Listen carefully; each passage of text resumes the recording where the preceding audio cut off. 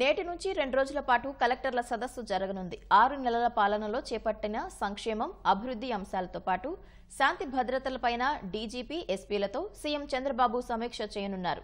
Swarnandhra Pradesh 2047 vision document presentation ఇవ్వనున్నారు. నూతనంగా తీసుకొచ్చిన పాలసీలపై దిశానిర్దేశం చేయనున్నారు. రానున్న 4.5 ఏ విధమైన లక్ష్యాలతో ముందుకెళ్లాలన్న అంశంపై ఈ సమావేశంలో చర్చించనున్నారు.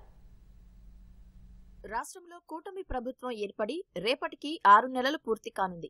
దీంతో రాష్ట్రంలో పాలనను మరింత పరుగులు పెట్టించేందుకు సీఎం చంద్రబాబు సిద్ధమవుతున్నారు. 26 జిల్లాల కలెక్టర్లు, 40 శాఖల అధిపతులతో జరిగే సదస్సులో వారి అభిప్రాయాలను తెలుసుకోనున్నారు. గత ప్రభుత్వం 5 ఏళ్లలో కేవలం ఒకే ఒకసారి మాత్రమే కలెక్టర్లతో సమావేశం నిర్వహించింది.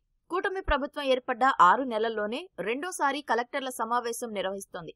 తొలుత సీసీఎల్ఏ స్వాగతోపన్యాసం, తర్వాత రెవెన్యూ మంత్రి అనగాని సత్యప్రసాద్ కలెక్టర్ల సదస్సు ప్రాముఖ్యతను వివరిస్తారు. అనంతరం ఆర్థిక మంత్రి పయ్యావుల కేశవ్, ఉప ముఖ్యమంత్రి పవన్ కళ్యాణ్లు ప్రసంగించనున్నారు.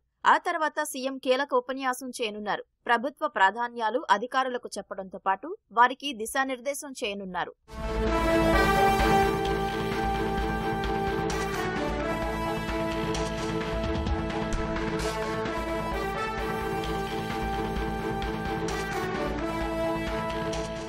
అమరావతి, పోలవరం పనులపైన సీఎం ప్రస్తావించనున్నారు. డ్రోన్ల యూజ్ కేసులపైన ప్రజెంటేషన్ ఉండే అవకాశం ఉంది. వినతుల పరిష్కారంపై అధికారులు వివరిస్తారు. భవిష్యత్తులో వాట్సాప్ ద్వారా ప్రభుత్వ గవర్నెన్స్ ఏ విధంగా ఉపయోగించుకోవాలన్న దానిపై చర్చించనున్నారు. భోజన విరామం తర్వాత వ్యవసాయ శాఖపై ఆ శాఖ ఉన్నతాధికారి బుడితి రాజశేఖర్ ప్రజెంటేషన్ ఇవ్వనున్నారు. పంట నష్టం కాకుండా తీసుకున్న చర్యలు, ధాన్యం సేకరణ విషయంలో చేపట్టిన చర్యలపైన చర్చించనున్నారు.